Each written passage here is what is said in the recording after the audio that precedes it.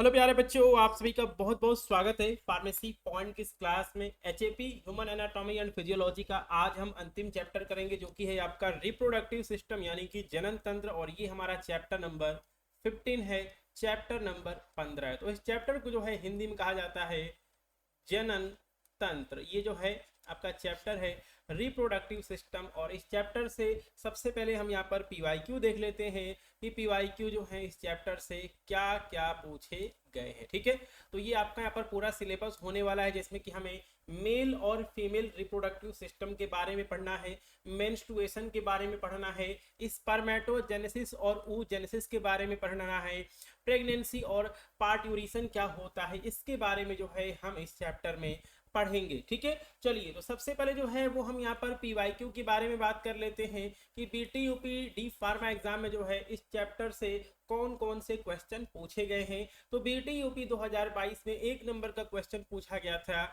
Menopause क्या होता है। ठीक है, उसके बाद अगला क्वेश्चन है discuss the physiology of menstruation. Menstruation के बारे में लिखना था। बीटी यूपी 2022 3 नंबर का ये क्वेश्चन पूछा गया है। और तीसरा क्वेश्चन आपका 2024 का है जो कि पूछा गया है प्रेगनेंसी। ठीक है, तो ये जो है आपके पीवाईक्यू हैं और सिलेबस आपने देख ही लिया है, तो सिलेबस से ही जो है वो क्वेश्चन एग्जाम में पूछा जाता है। ठीक है, चलिए तो पहला जो क्वेश्चन है वो हम यहाँ पे सॉल्व करेंगे और इस क्वेश्चन में जो है वो हम डिस्कस करेंगे मेल रिप्रोडक्टिव सिस्टम के बारे में। ठीक है, मेल रिप्रोडक्टिव सिस्टम के बारे में जो है हम यहाँ पे बात करने वाले हैं। 5 नंबर का हम क्वेश्चन करेंगे। अगर आपसे 3 नंबर का क्वेश्चन पूछेगा तो इस क्वेश्चन को भी आप सॉल्व कर लेंगे, या फिर जो अभी हम पढ़ेंगे यहाँ से जो है एमसीक्यू वगैरह भी जो है एग्जाम में पूछा जा सकता है। ठीक है, चलिए तो हम यहाँ पे बात करते हैं मेल रिप्रोडक्टिव सिस्टम की। तो सबसे पहले हमने यहाँ पर हेडिंग डाला हुआ है anatomy of male reproductive system. तो मेल रिप्रोडक्टिव सिस्टम जो है इसको हमने 2 पार्ट्स में हमने डिवाइड कर लिया है। पहला है एक्सटर्नल जेनाइटल ऑर्गन।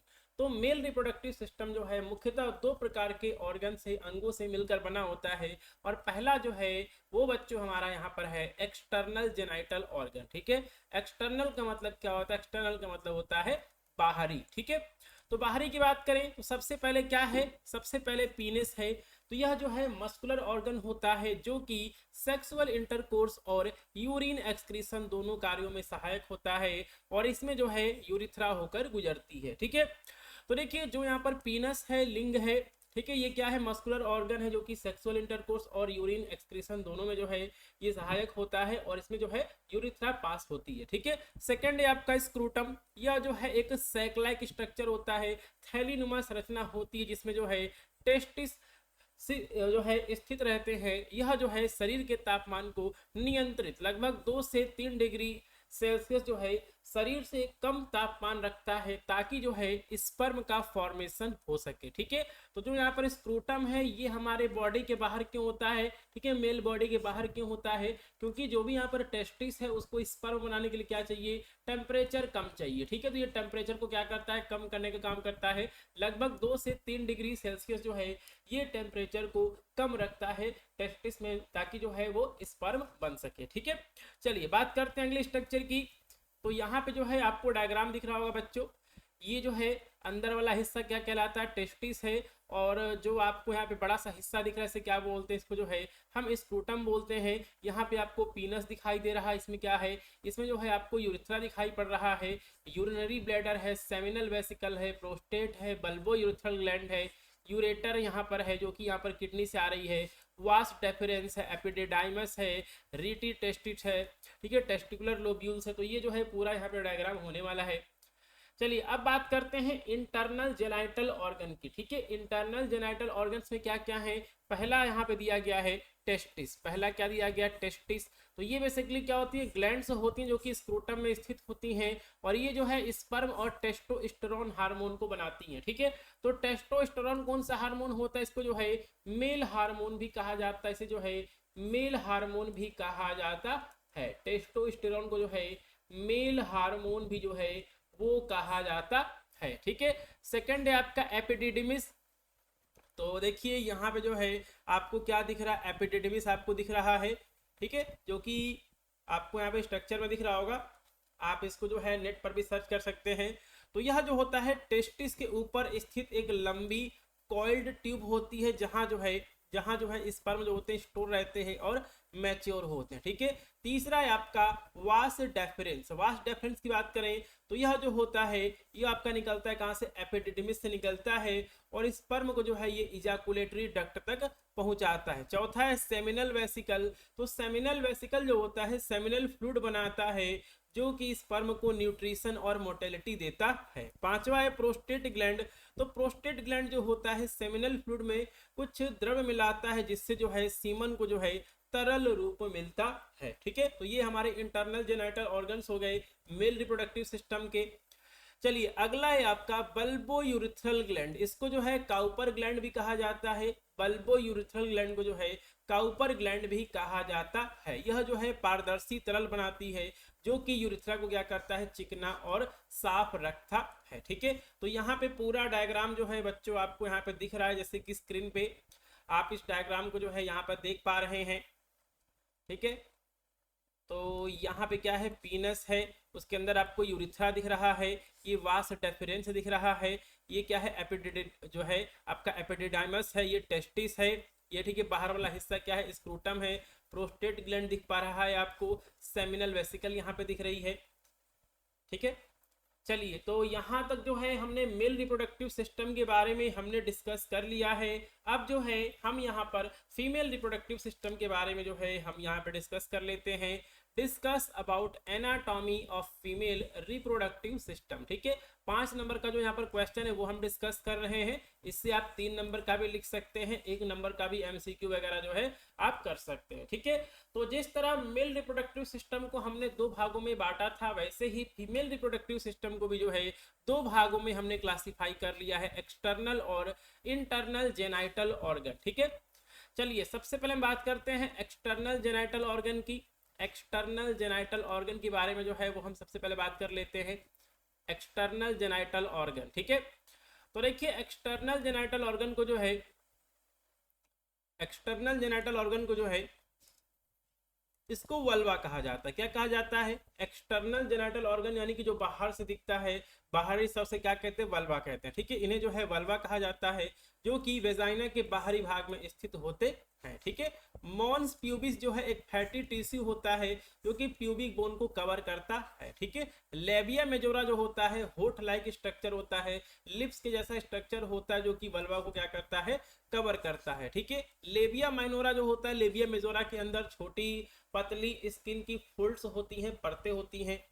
सबसे ऊपर की तरफ एक क्लाइटोरिस होता है जो कि बहुत ज्यादा सेंसिटिव होता है, जो कि सेक्सुअल एक्साइटेशन में सहायक होता है। ठीक है, अगला है वेस्टिब्यूल। तो वेस्टिब्यूल ऐसा एरिया होता है जहां पे कि यूरिथ्रल ओपनिंग और वेजाइनल ओपनिंग जो है वो स्थित होते हैं। ठीक है, तो एक्सटर्नल जेनाइटल ऑर्गन्स को फीमेल में क्या कहते हैं, वल्वा कहते हैं। चलिए हम यहाँ पर डायग्राम देख लेते हैं। तो यहाँ पे जो है आपको पूरा डायग्राम जो है यहाँ पर फीमेल रिप्रोडक्टिव सिस्टम का जो है आपको यहाँ पे दिख रहा है। ठीक है, तो जो आपको ये पूरा बाहरी हिस्सा दिखता है इसे क्या बोलते हैं, इसको जो है वल्वा कहा जाता है। जैसे कि जो है आपको यहाँ पर डायग्राम में दिख रहा है। बाकी जो है आपको यहाँ पर फैलोपियन ट्यूब दिख रहा है, ओवरी दिख रहा है, यूट्रस दिख रहा है, सर्विक्स दिख रहा है, यहाँ पर सर्विक्स दिख रहा है, और ये जो है आपको यहाँ पर वेजाइना दिख रहा है। ठीक है, तो ये जो है हमारा पूरा फीमेल रिप्रोडक्टिव सिस्टम का यहाँ पर डायग्राम है, जैसे कि आपको यहाँ पे इमेज में दिखाई दे रहा होगा। ठीक है, चलिए अब जो है हम एक एक करके जो है हम यहाँ पे डिस्कस कर लेते हैं।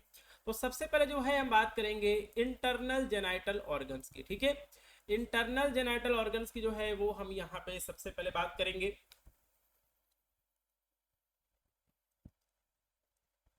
तो देखिए अगर बात की जाए इंटरनल जेनाइटल ऑर्गन्स की तो ये जो है अंदर की तरफ स्थित होते हैं। तो इन अंगों में जो है फर्टिलाइजेशन होता है और एम्ब्रायो का जो डेवलपमेंट है वो होता है। अगर बात करें तो सबसे पहला है ओवरी, जिसको कि हिंदी में अंडाशय कहते हैं। तो ओवरी कितनी होती है, 2 होती हैं। यह जो है जोड़ीदार पेयर्ड ऑर्गन होते हैं जिनका जो आकार है बादाम यानी कि जो है ठीक है आलमंड के शेप के जैसा होता है, और यह जो है ओवम को रिलीज करता है और एस्ट्रोजन और प्रोजेस्टेरोन जैसे फीमेल सेक्स हार्मोन रिलीज करता है। ठीक है, तो फीमेल्स में जो है एस्ट्रोजन और प्रोजेस्टेरोन क्या है, फीमेल सेक्स हार्मोन है। इसको कौन रिलीज करता है, ओवरी रिलीज करता है। ये जो है आपसे क्वेश्चन पूछा जा सकता है, 1 नंबर का एमसीक्यू पूछा जा सकता है, ठीक है। तो एस्ट्रोजन और प्रोजेस्टेरोन को कौन रिलीज करता है? ओवम। और एस्ट्रोजन और प्रोजेस्टेरोन क्या है? फीमेल सेक्स हार्मोन है, ठीक है। सेकंड है आपका फैलोपियन ट्यूब्स। तो फैलोपियन ट्यूब्स भी क्या होती हैं? 2 होती हैं, जो कि ओवरी को यूट्रस से जोड़ने का काम करती हैं, ठीक है। तो यहाँ पे आपको डायग्राम दिख रहा है, यहाँ पे जो है आपको पूरा डायग्राम आपको यहाँ पे दिख रहा है, ठीक है। तो बीच में जो है आपको यहाँ पे यूट्रस दिख रहा है, बीच में यूट्रस दिख रहा है, उसकी यहाँ पर 3 लाइनिंग दिख रही है। सबसे अंदर वाली लाइनिंग एंडोमेट्रियम, फिर बीच वाली मायोमेट्रियम, सबसे बाहरी जो है पेरीमेट्रियम होती है। यहाँ पे जो है आपको ओवरी दिख रहा है, 2 ओवरी जो है आपको यहाँ पे दिख रही हैं। ये जो है आपको पूरा फैलोपियन ट्यूब दिख रहा है। फैलोपियन ट्यूब में इस्थमस आता है, एम्पुला आता है और इनफंडिबुलम आता है। और जो आपका यहाँ पर इनफंडिबुलम होता है वो कहाँ पे होता है? ओवरी के पास में होता है। ये आपको सर्विक्स दिख रहा है, सर्विकल कैनाल है, और यहाँ पे जो है वेजाइना दिख रहा है, ठीक है। तो ये जो है आपको यहाँ पे डायग्राम दिख रहा होगा, ठीक है। तो फैलोपियन ट्यूब्स भी क्या होती हैं? 2 होती हैं, जो कि ओवरी को यूट्रस से जोड़ने का काम करती हैं। फैलोपियन ट्यूब में जो है 3 भाग होता है। पहला है इनफंडिबुलम, पहला है आपका, पहला क्या है? पहला है इनफंडिबुलम, जो कि कहाँ पे होता है? ओवरी के पास होता है, जिसमें क्या होते हैं? फिम्बरी होते हैं। फिम्बरी जो है बेसिकली जो है आपके कुछ इस तरह के जो है स्ट्रक्चर होते हैं, फिंगर लाइक स्ट्रक्चर होते हैं, जो कि ओवम को कैच करते हैं। सेकंड है आपका एम्पुला। एम्पुला जो होता है फर्टिलाइजेशन का स्थान होता है, यहाँ पे फर्टिलाइजेशन होता है। और आपका तीसरा है आपका इस्थमस। इस्थमस जो होता है यूट्रस से जोड़ता है, ठीक है। तो यहाँ पे आपको हिस्सा दिख रहा है, पहला वाला हिस्सा जो है क्या है? इनफंडिबुलम है, दूसरा आपका एम्पुला है, और तीसरा जो है आपका क्या है? इस्थमस है। तो इस्थमस क्या कर रहा है कि वो जो है सबसे यहाँ पर यूट्रस के सबसे जो है पास वाला हिस्सा होता है, ठीक है। तो देखिए, अगर आपसे क्वेश्चन पूछता है कि फर्टिलाइजेशन कहाँ पे होता है, तो आप एक लाइन में बता सकते हैं कहाँ होता है? फैलोपियन ट्यूब में जो है फर्टिलाइजेशन होता है, जहाँ पे स्पर्म और यहाँ पर ओवम जो है वो मिलते हैं और आगे फर्टिलाइजेशन होता है, ठीक है। अब फैलोपियन ट्यूब के किस हिस्से में होता है? तो ये जो है यहाँ पर एम्पुला वाला हिस्से में होता है। कहाँ पे होता है? एम्पुला वाले हिस्से में जो है फर्टिलाइजेशन होता है, ठीक है। चलिए, तो यहां तक हमने बात कर लिया है। कुछ और भी चीजें यहाँ पर दी गई हैं। तो सेकंड है आपका एम्पुला, जहाँ पे क्या होता है? फर्टिलाइजेशन होता है। और तीसरा इस्थमस, जो कि यूट्रस से जो है जुड़ने वाला पतला पार्ट है, जैसे कि आपको जो है यहाँ पर इमेज में दिख रहा होगा, ठीक है। चलिए, अब चलते हैं अगले पार्ट पे। तो अगला पार्ट है यूट्रस। यूट्रस जो होता है पियर शेप होता है, ठीक है, ठीक है, नाशपाती के आकार का होता है, जहाँ पे जो है भ्रूण का यानी कि एम्ब्रायो का जो है डेवलपमेंट होता है और बेबी बनता है। इसके 3 भाग होते हैं, फंडस, बॉडी और सर्विक्स, ठीक है। फंडस, बॉडी और सर्विक्स। अब देखिए, जो यूट्रस की वॉल होती है, लेयर होती है, इसे हमने 3 भागों में बांटा है। पहला है पेरीमेट्रियम, जो कि आउटर लेयर होती है। सेकंड है मायोमेट्रियम, जो कि मिडल लेयर होती है। और तीसरा है आपका एंडोमेट्रियम, जो कि आपका इनर लेयर होता है। और फीमेल्स में जो है जब वो मेंस्ट्रुअल साइकिल होता है, तो जो यहाँ पर एंडोमेट्रियम होता है वही क्या करता है? झड़ता रहता है, ठीक है। एंडोमेट्रियम में जो है, एंडोमेट्रियम में जो है वो साइक्लिकल चेंजेस होते रहते हैं। तो मेंस्ट्रुअल साइकिल के दौरान जो है एंडोमेट्रियम, जो कि यूट्रस की इनर लेयर होती है, वही क्या करती है? सेड करती है, झड़ती है, ठीक है। चलिए, तो अब चलते हैं अगले पेज पे। तो देखिए, अगला जो पॉइंट है वो है वेजाइना। यह जो है एक मस्कुलर ट्यूब होता है, जो कि सर्विक्स को बाहरी, ठीक है, बाहरी जनन अंगों एक्सटर्नल जेनाइटल ऑर्गन से जोड़ने का काम करता है। यह जो है कोपुलेटरी ऑर्गन होता है, यह बर्थ कैनाल भी होता है। और मेंस्ट्रुअल साइकिल के द्वारा जो है, ठीक है, मेंस्ट्रुअल साइकिल में जो है जो यहाँ पर ब्लड होता है वो इसी रूट से जो है वो बाहर आता है, ठीक है। तो यहाँ पे हमने डिस्कस कर लिया है फीमेल रिप्रोडक्टिव सिस्टम के बारे में, ठीक है। तो अभी तक तो ये क्वेश्चन नहीं पूछा गया है, ना मेल का पूछा गया ना फीमेल का पूछा गया है, लेकिन आप जो है इसको तैयार करेंगे, ठीक है। और जो इसका पीडीएफ है वो क्लास में अपलोड कर दिया जाता है। और देखिए, अब जो है आपका एचएपी का जो सिलेबस है वो कंप्लीट हो जाएगा। चलिए, बात करते हैं अगले क्वेश्चन की। Right A short note on spermatogenesis. देखिए, जेनेसिस का मतलब क्या होता है? जेनेसिस का मतलब होता है बनना। कोई चीज जो है वो बन रही है, कोई चीज जो है क्या हो रही है? बन रही है, उसका फॉर्मेशन हो रहा है। क्या लिखा गया? स्पर्मेटो, मतलब क्या बन रहा है? स्पर्म बन रहा है। चलिए, तो स्पर्मेटोजेनेसिस क्या है इसके बारे में बात कर लेते हैं। तो स्पर्मेटोजेनेसिस जो है एक ऐसी प्रोसेस है एक ऐसी बायोलॉजिकल प्रोसेस है जिसके द्वारा टेस्टिस में सेमनीफेरस ट्यूबल्स के अंदर क्या बनता है, स्पर्म बनता है। तो स्पर्म कहाँ बनता है, सेमनीफेरस ट्यूबल्स में बनता है। डायरेक्ट यहाँ से क्वेश्चन पूछा जा सकता है 1 नंबर का। तो स्पर्म कहाँ बनते हैं, सेमनीफेरस ट्यूबल्स में बनते हैं। कहाँ बनते हैं, सेमनीफेरस ट्यूबल्स में जो है बनते हैं। 1 नंबर का क्वेश्चन यहाँ से पूछा जा सकता है। तो स्पर्म फॉर्मेशन की प्रक्रिया कहाँ पे होती है, सेमनीफेरस ट्यूबल्स में होती है, जो कि टेस्टिस के अंदर स्थित होते हैं। यह प्रोसेस जो है मेल्स के अंदर प्यूबर्टी, ठीक है, प्यूबर्टी जब आती है तब शुरू होती है और जीवन भर जो है चलती रहती है। तो देखिए मेल्स के अंदर जो है स्पर्मेटोजेनेसिस की जो शुरुआत है कब होती है, जब प्यूबर्टी आती है, ठीक है, जब जो है यहाँ पे जवानी शुरू होती है और ये जो है पूरे लाइफ टाइम चलती रहती है। ठीक है, बहुत इंपॉर्टेंट पॉइंट है ये। मेल्स में जो है जब प्यूबर्टी आएगी तब जो है स्पर्मेटोजेनेसिस स्टार्ट हो जाएगा और यह जो है पूरे लाइफ टाइम चलता रहता है। ठीक है, एक कंप्लीट साइकिल को पूरा होने में जो है 64 से 74 दिन जो है लगते हैं। ठीक है, अब देखिए स्पर्मेटोजेनेसिस जो होता है अलग अलग हार्मोन द्वारा जो है ये कंट्रोल होता है। पहला हार्मोन है फॉलिकल स्टिमुलेटिंग हार्मोन, जो कि सर्टोली सेल्स को एक्टिवेट करता है। ठीक है, सेकंड ल्यूटिनाइजिंग हार्मोन, सेकंड है आपका ल्यूटिनाइजिंग हार्मोन, जो कि लेडिक सेल्स को टेस्टोस्टेरोन बनाने के लिए प्रेरित करता है। तो टेस्टोस्टेरोन को कौन बनाता है, टेस्टोस्टेरोन को कौन बनाता है, तो टेस्टोस्टेरोन को जो है लेडिक सेल बनाती है। कौन सी सेल बनाती है, लेडिक सेल जो है वो क्या करती है, टेस्टोस्टेरोन को बनाती है। तीसरा है टेस्टोस्टेरोन, जो कि स्पर्म फॉर्मेशन को स्टिमुलेट करता है, तेज करता है। और चौथा है इनहिबिन, जो कि सर्टोली सेल से निकलता है और फॉलिकल स्टिमुलेटिंग हार्मोन को नेगेटिव फीडबैक देता है। तो जब फॉलिकल स्टिमुलेटिंग हार्मोन बहुत अधिक निकल जाता है तो उसको रोकने का काम जो है वो आपका इनहिबिन करता है, जो कि कहां से निकलता है, सर्टोली सेल से ही निकलता है। ठीक है, अब बात करते हैं कि स्पर्मेटोजेनेसिस का प्रोसेस कैसे होता है, इसके कौन कौन से स्टेजेस हैं। पहला है स्पर्मेटोसाइटोजेनेसिस। ठीक है, तो देखिए जो कि जो यहाँ पर स्पर्मेटोगोनिया होते हैं, स्पर्मेटोगोनिया, इसी से क्या बनता है, स्पर्म बनता है। ये क्या होते हैं, डिप्लॉयड होते हैं। क्रोमोसोम की संख्या इसमें क्या होती है, डबल होती है, 2n होती है, मतलब 46 होता होगा। ठीक है, तो स्पर्मेटोगोनिया जो है, जो कि डिप्लॉयड होते हैं, इनके अंदर जो है बार बार क्या होता है, डिवीजन होता है, जिससे क्या होता है, प्राइमरी स्पर्मेटोसाइट बनता है। ठीक है, तो स्पर्मेटोगोनिया से क्या बन गया, प्राइमरी स्पर्मेटोसाइट हो गया। अब इसमें कौन सा डिवीजन हो रहा है, इसमें जो है माइटोसिस डिवीजन हो रहा है, मतलब प्राइमरी स्पर्मेटोसाइट भी क्या होगा, इसमें भी जो है 2n क्रोमोसोम होगा। ठीक है, सेकंड है आपका मियोसिस कब होगा, तो प्राइमरी स्पर्मेटोसाइट जो होते हैं इनमें जो है पहली बार क्या होता है, इनमें मियोटिक डिवीजन होता है, जिससे क्या बनता है, सेकेंडरी स्पर्मेटोसाइट बनता है। सेकेंडरी स्पर्मेटोसाइट क्या होता है, हैप्लॉइड होता है, मतलब इसमें क्रोमोसोम की संख्या क्या होती होगी, आधी होती होगी।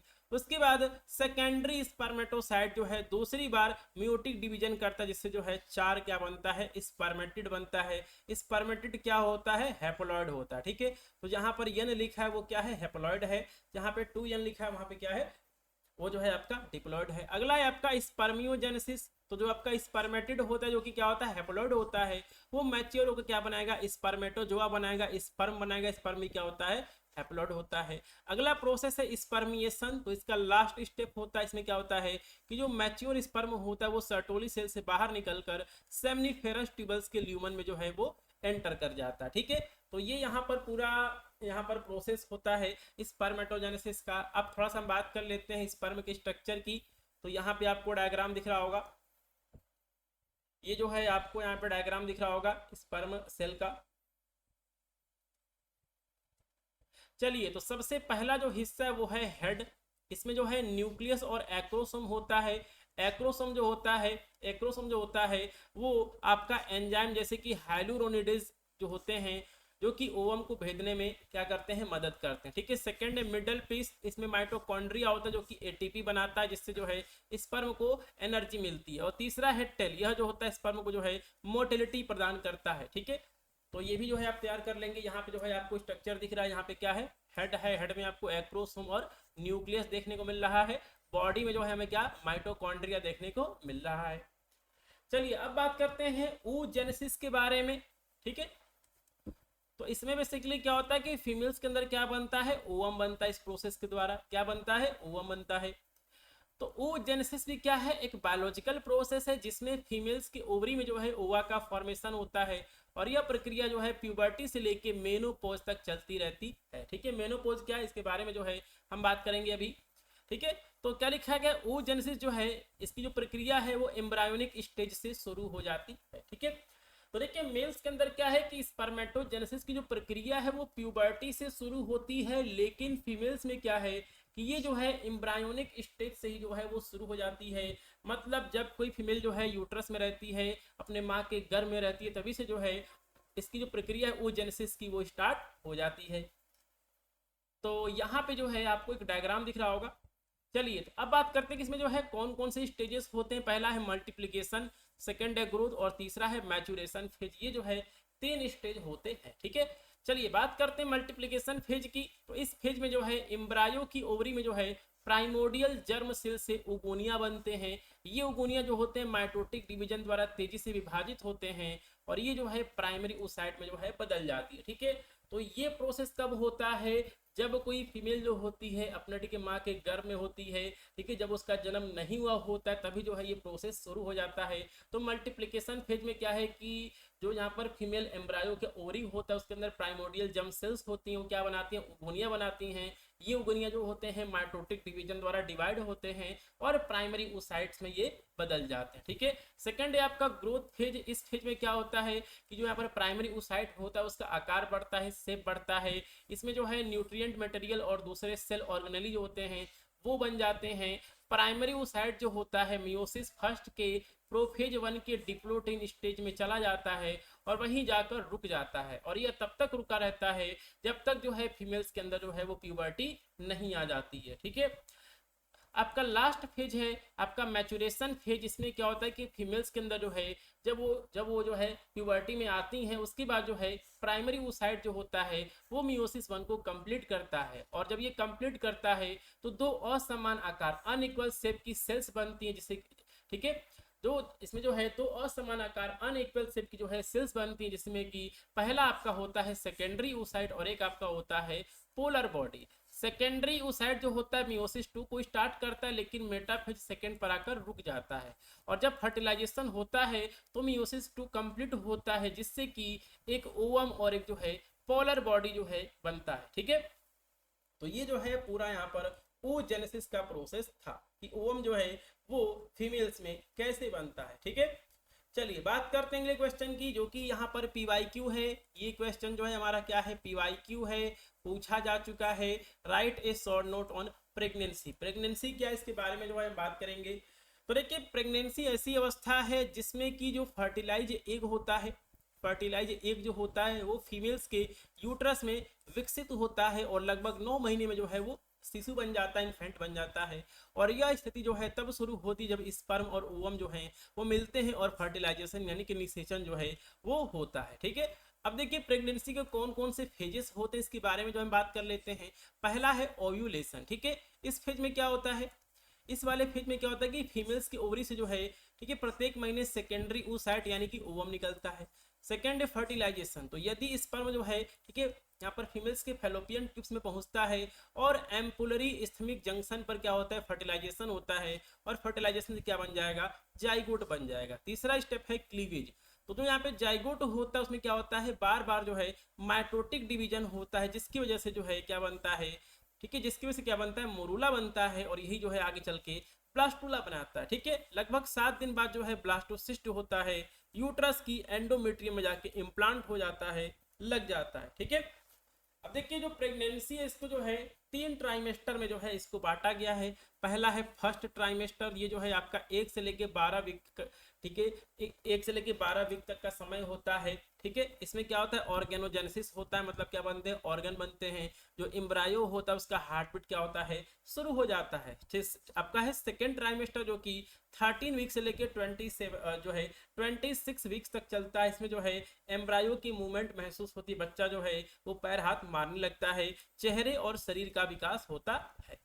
तीसरा है थर्ड ट्राइमेस्टर जो कि 27 से लेकर 40 सप्ताह तक चलता है। जो यहाँ पर एम्ब्रायो होता है वो पूरी तरीके से जो है बेबी के रूप में बन जाता है और जो है अब जो है डिलीवरी की जो है वो प्रिपरेशन होने लगती है, तैयारी जो है वो होने लगती है। ठीक है, अब बात करते हैं अगले क्वेश्चन की, पार्ट्यूरेशन क्या है। पार्ट्यूरेशन जो है बेसिकली क्या है, चाइल्ड बर्थ का प्रोसेस जिसमें क्या होता है, डिलीवरी होती है। ठीक है, तो पार्ट्यूरेशन क्या है, एक ऐसी प्रक्रिया है जिसमें जिसमें जो है प्रेग्नेंट लेडी के द्वारा जो है यूट्रस से बेबी का जन्म होता है। यह जो है प्रेगनेंसी का लास्ट स्टेज होता है, लास्ट फेज होता है, इसको जो है चाइल्ड बर्थ भी कहा जाता है। ठीक है, पार्ट्यूरेशन को जो है हमने 3 स्टेज में बांटा है, डायलेशन, एक्सपल्सन और प्लेसेंटल स्टेज। ठीक है, चलिए बात कर लेते हैं डायलेशन स्टेज की।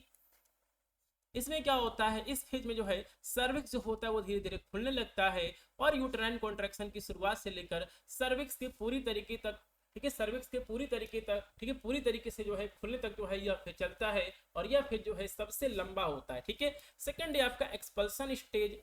एक्सपल्सन फेज में क्या होता है, इसमें जो है बेबी जो होता है वो यूट्रस से निकलकर वेजाइना के रास्ते बाहर आता है और इसको जो ही है और इसे जो है वो डिलीवरी कहा जाता है। और तीसरा है प्लेसेंटल स्टेज। इस स्टेज में क्या होता है कि यहाँ पे शिशु के जन्म के बाद जो है प्लेसेंटा जो होता है वो यूट्रस से बाहर निकल जाता है और यह प्रक्रिया जो है कुछ ही मिनटों में जो है वो पूरी हो जाती है। ठीक है, अब देखिए पार्ट्यूरेशन में जो है कौन कौन से हार्मोन शामिल होते हैं। तो पहला आप सभी को पता है ऑक्सीटोसिन, जो कि यूट्रस में क्या करता है, कॉन्ट्रैक्शन लाता है, संकुचन करता है। यह हार्मोन जो होता है, यह हार्मोन जो है यूट्रस की संकुचन क्रिया को प्रेरित करता है। सेकेंड है रिलैक्सिन, जो कि पेल्विक रीजन को क्या करता है, सॉफ्ट करता है, जिससे जो है वो डिलीवरी आसानी से हो सके। और तीसरा है प्रोस्टाग्लैंडिन, जो कि यूट्रस में जो है कॉन्ट्रैक्शन को बढ़ावा देता है। ठीक है, तो ये जो है पार्ट्यूरेशन में ऑक्सीटोसिन, रिलैक्सिन और प्रोस्टाग्लैंडिन हार्मोन जो है वो शामिल होते हैं। ठीक है, चलिए अब बात करते हैं अगले क्वेश्चन की, जो कि है right A short note on physiology of menstruation. और ये भी क्या है,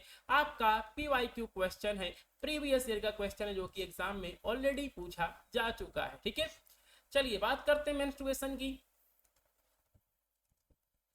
तो देखिए मेंस्ट्रुएशन जो है फीमेल्स में होने वाली एक नेचुरल बायोलॉजिकल प्रोसेस है, जो कि रिप्रोडक्टिव सिस्टम का एक महत्वपूर्ण हिस्सा है। यह प्रक्रिया जो होती है प्यूबर्टी के बाद शुरू होती है और एक नियमित चक्र मेंस्ट्रुअल साइकिल के रूप में जो है यह चलती रहती है। ठीक है, देखिए जब फीमेल्स को पहली बार मेंस्ट्रुएशन होता है उसे क्या बोलते हैं, उसे जो है मेनार्के कहते हैं। यहाँ से जो है 1 नंबर का एमसीक्यू एग्जाम में पूछा गया है। और यह जो है कब शुरू होता है, 9 से लेके 15 वर्ष की उम्र के बीच में जो है पहला जो पीरियड है वो फीमेल्स में आता है, जिसे क्या बोलते हैं, मेनार्के बोलते हैं। ठीक है, तो यहां तक जो है किसी को कोई दिक्कत नहीं होनी चाहिए। चलिए अब चलते हैं अगले पेज पर, और अगला पेज भी जो है बहुत इंपॉर्टेंट है।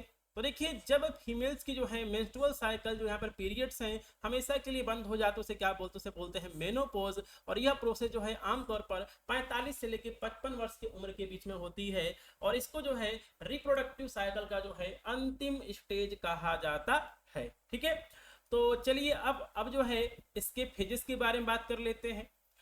तो देखिए क्या लिखा गया है, मेंस्ट्रुअल साइकिल जो है लगभग 28 दिन का होता है। आमतौर पर एमसीक्यू यहां से पूछा जा सकता है। ठीक है, जिसमें जो है मुख्य रूप से 4 फेज होते हैं। पहला है मेंस्ट्रुअल फेज। अगर बात करें मेंस्ट्रुअल फेज की, इस फेज में क्या होता है कि यूट्रस की जो सबसे अंदरूनी लेयर होती है, एंडोमेट्रियम होती है, वह जो है सेड करती है, झड़ती है और यह जो है ब्लड के रूप में बाहर आती है। तो इस फेज में जो है यूट्रस की अंदरूनी परत, जिसे कि एंडोमेट्रियम कहते हैं, बहकर बाहर निकलती है या ब्लीडिंग के रूप में होता है और यह जो है आमतौर पर 3 से 5 दिनों तक यह प्रक्रिया चलती है। ठीक है, सेकंड है आपका फॉलिकुलर फेज। इस फेज में क्या होता है, इस फेज में जो है पिट्यूटरी ग्लैंड से क्या निकलता है, फॉलिकल स्टिमुलेटिंग हार्मोन निकलता है, जो कि ओवरी में फॉलिकल्स के बनने के लिए जो है वो उसे क्या करता है, प्रेरित करता है।